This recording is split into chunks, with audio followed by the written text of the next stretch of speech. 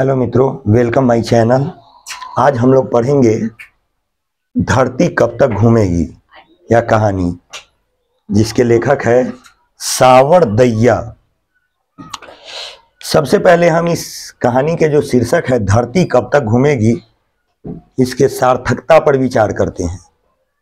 धरती मतलब यह पृथ्वी, और घूमेगी कब तक मतलब चक्कर लगाना। और यह धरती का महत्व जब हम मनुष्य इस पृथ्वी पर पैदा लेते हैं, तभी से रहना, खाना, जीवन यापन करना सब कुछ हमें धरती के माध्यम से ही होता है। इसलिए किसी कवि ने कहा है, अपना क्या है इस जीवन में, अपना क्या है इस जीवन में, सब तो लिया उधार, सारे लोहा उन लोगों का, अपनी केवल धार, अपनी केवल धार। यह चर्चित पंक्ति के लेखक है अरुण कमल। जब हम इस दुनिया में आने से पहले 9 महीने अपने माँ के उदर में रहते हैं, वो अपने रक्तों से हमें सींचती है। उसके बाद जब हम इस धरती पे आते हैं तो यह धरती ही हमें संवारती है और स्थान देती है। उसी में जो माँ होती है वह किस प्रकार अपने जीवन यापन करती है, अपने बच्चे के साथ उसका व्यवहार किस रूप में रहता है। और जब वही माँ बूढ़ी हो जाती है, उसके पुत्र योग्य हो जाते हैं, तो उसका व्यवहार, उस बच्चे का व्यवहार उस माँ के प्रति कैसा हो जाता है। जो आज मैक्सिमम अधिकतर गांवों की या शहरों की यह समस्या बनी हुई है, और कहीं ना कहीं मैक्सिमम लोग इससे जूझते भी है, और उसकी शिकार या तो माँ होती है या फिर पिता होते हैं। माँ की तुलना धरती से की गई है और वही माँ चक्कर काटती हुई रह जाती है। इसी कहानी को हम विस्तार रूप से समझने का प्रयास करेंगे। सावरदैया एक राजस्थानी लेखक है और इस कहानी को हिंदी में अनुवाद भी उन्होंने स्वयं किया है। सबसे पहले यह जान लेते हैं, हम इस कहानी को चित्र के माध्यम से समझेंगे ताकि आपको समझने में आसानी होगी, सहूलियत मिलेगी। यह है सीता। सीता अपने 3 पुत्रों को जन्म देती है। सबसे बड़ा लड़का है, उसका नाम है कैलाश। बीच वाले लड़के हैं, उसका नाम है नारायण।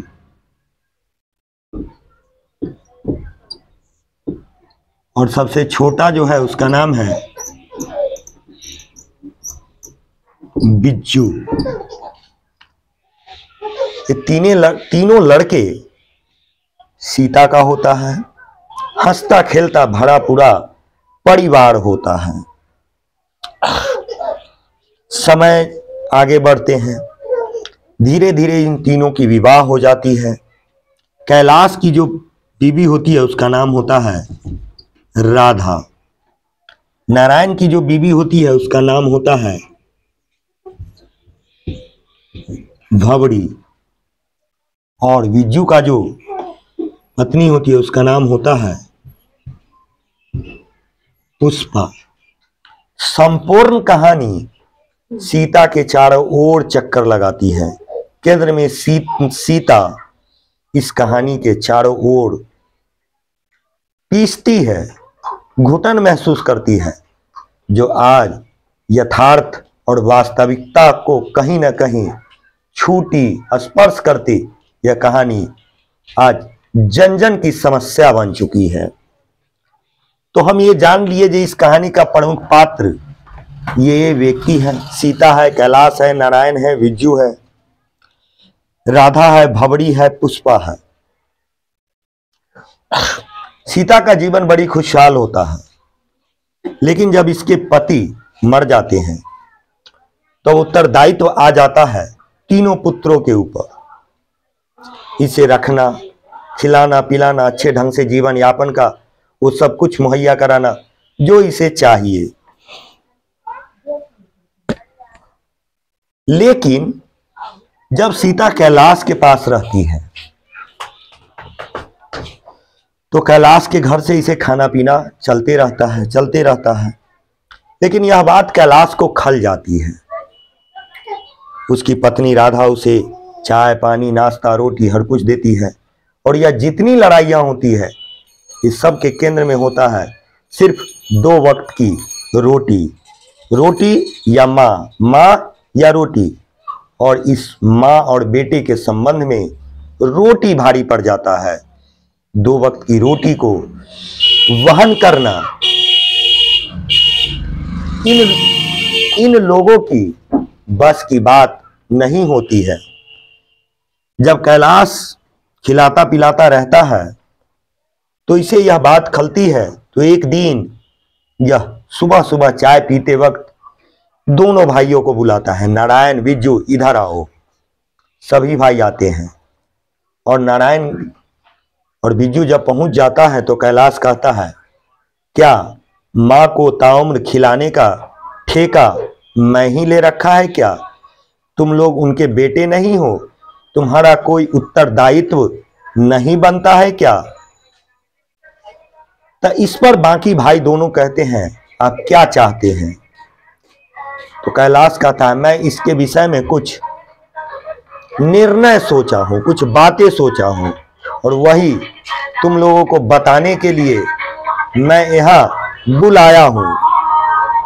तो कहता है, फरमाइए, बोलिए। तब कैलाश का फरमान होता है, जो मां को हम तीनों बारी बारी से खिलाएंगे रखेंगे, 1 महीना मैं, 1 महीना तुम, 1 महीना तुम, अर्थात यह मां अब 1-1 महीना तीनों बेटों के यहां रहेगी, गुजर करेगी। और ठीक फागुन का महीना होता है, होली होने वाली होती है, और वह कैलाश के यहाँ रहती है। और कैलाश की बीवी राधा होली के दिन विशेष रूप से वह दाल की हलवा बनाती है और हलवा सीता के सामने रखती है और कहती है, माँ जी, आज विशेष रूप से आपके लिए यह हलवा बनाई है, अच्छे से खा लीजिए, क्योंकि कल से आपको नारायण के यहाँ रहना है अगले 1 महीने। यह सब बातें सुनकर के माँ कुछ नहीं बोलती है, निस्तब्ध चुप सी रहती है, इस सब के कारनामों को देखती हुई रहती है। ठीक अगले दिन जब बीत जाती है होली, तो सीता नारायण के घर चली जाती है 1 महीने के लिए। जब 1 महीने तक नारायण के यहाँ रहती है तो नारायण जो होता है अपनी माँ को 1 महीने तक खिलाता है। जब 1 महीना इसके यहाँ पूर जाता है तो फिर 1 महीने अगले महीने बिज्जू के यहाँ चली जाती है। यह सिलसिला चलता रहता है। एक की बारी खत्म होने पर सोचता है यह लड़का, जो चलो 2 महीने की छुट्टी तो हो गई, फिर उसके यहाँ आगे जाता है तो कहता है, चलो 2 महीने को छुट्टी तो हो गई, अब 2 महीने के बाद बारी आएगी। जिसकी बारी आती है उसको यह बोझ भारी पड़ने लगता है। यह भरा पूरा परिवार, जहां 2 रोटियां इस जानवरों के आगे रख दिया करते हैं, लेकिन मां के लिए यही रोटी इसे बोझ सी लगने लगती है। इसी बीच इन सभी के बीच में, महिलाओं के बीच में कभी कभी झगड़े भी हो जाया करते हैं। और जो नियम इन लोगों का था वो बड़ा सख्त था। अगर मां कैलाश के यहाँ है तो इसके यहाँ के पानी भी इसको पीना उचित नहीं है। अगर इसके यहाँ है तो इसके यहाँ का पानी भी पीना इसको उचित नहीं है। पानी तक प्रतिबंध था। एक बार क्या हुआ, जब मां नारायण के यहाँ थी तो इसके बेटे नारायण के यहाँ थी तो इसके बेटे का जन्मदिन हुआ, लेकिन इसकी बारी उस समय तक खत्म हो चुकी थी। मां यहां से चली गई थी बिज्जू के पास। तो अपने बेटे के जन्मदिन पर भवड़ी ने रसमलाई जाके मां को दे आई। यह बात पुष्पा को अच्छी नहीं लगी। पुष्पा को यह बातें अच्छी नहीं लगी और उसने खरी खोटी भवड़ी को सुना दिया। तुम अपने अमीरी तू अपने पास रखो, मेरे पास माँ है, तू अपनी अमीरी दिखाने आई है। उस समय माँ सिर्फ एक कौर रसमलाई ही अपने मुख में डाली थी और यह हंगामा शुरू हो गया। वह रसमलाई लेके पुष्पा वापस चली गई और बहुत सारे दोनों में झगड़ा होने लगा। यह स्थिति दिन प्रतिदिन चलती रहती थी। करीब करीब 5 साल तक माँ ऐसे ही यहाँ वहाँ भटकती रही, तीनों के ओर जाती रही।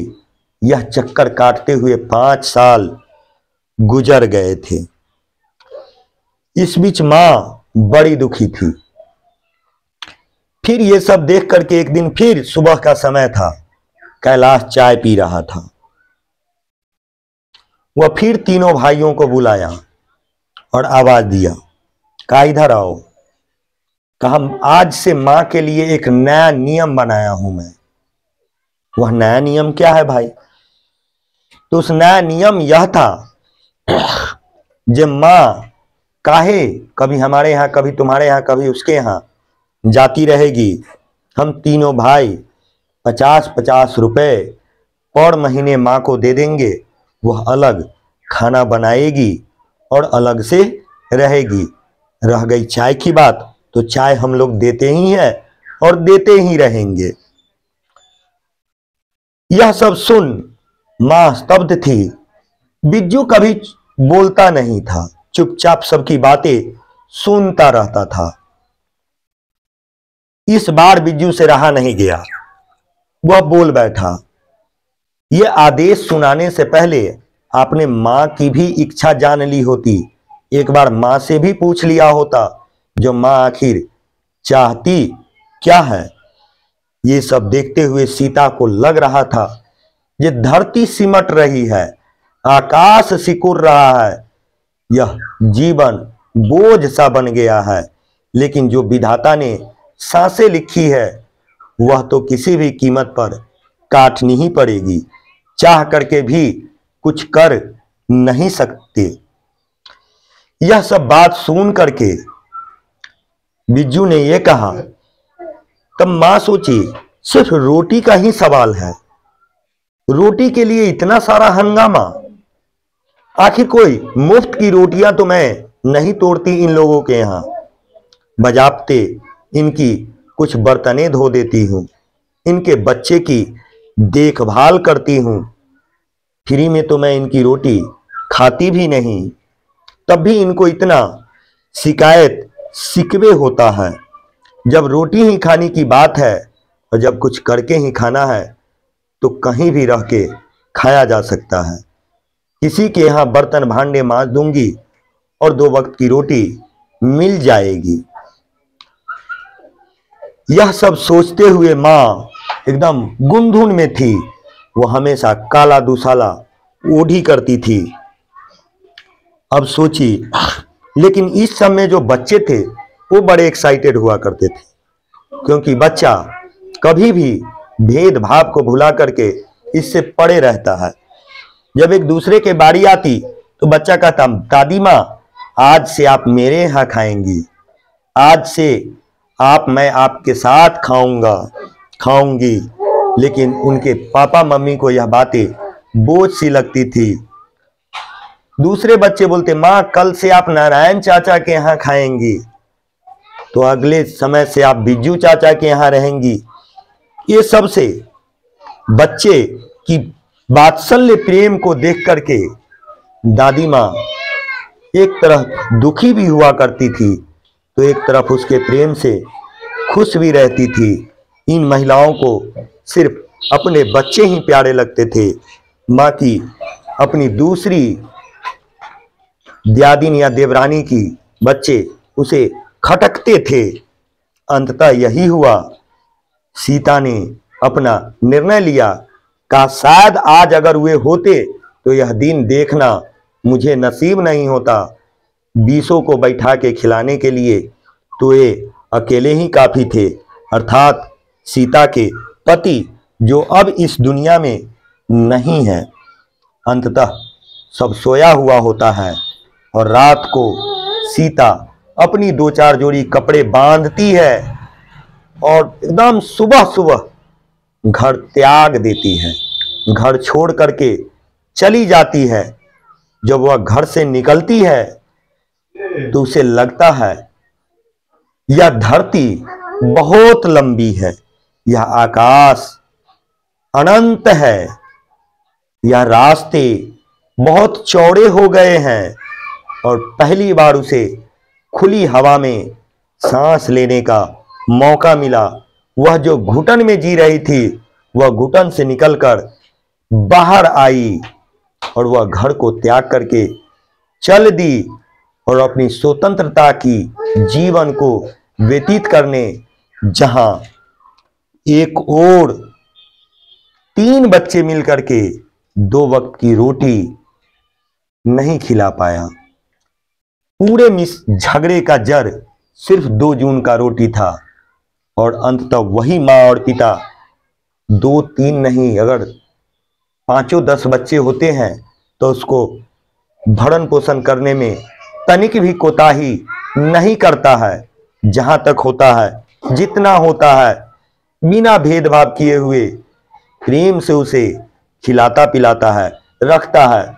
कभी अपने आप को ये नहीं समझता कि मेरे ऊपर यह बोझ है।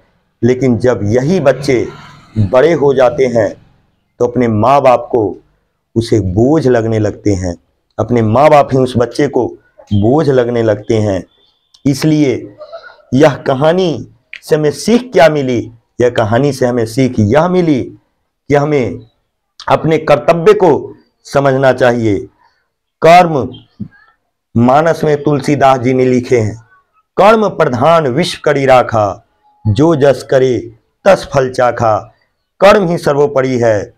इसलिए लेखक सावर दैया ने जो इस कहानी का शीर्षक दिया है, धरती कब तक घूमेगी, धरती अर्थात माँ जो चक्कर में, इस बेटे के चक्कर में घूमती रहती है और अंततः उसे जो उसे चाहिए वह उसे नसीब तक नहीं होता। घर त्यागना पड़ जाता है, बेबस हो जाती है, लाचार हो जाती है, मजबूर हो जाती है। इसीलिए तो प्रसाद ने भी कभी कहा था, अवला जीवन है तुम्हारी यही कहानी, आंचल में है दूध और आंखों में है पानी, और आंखों में है पानी। धन्यवाद मित्रों।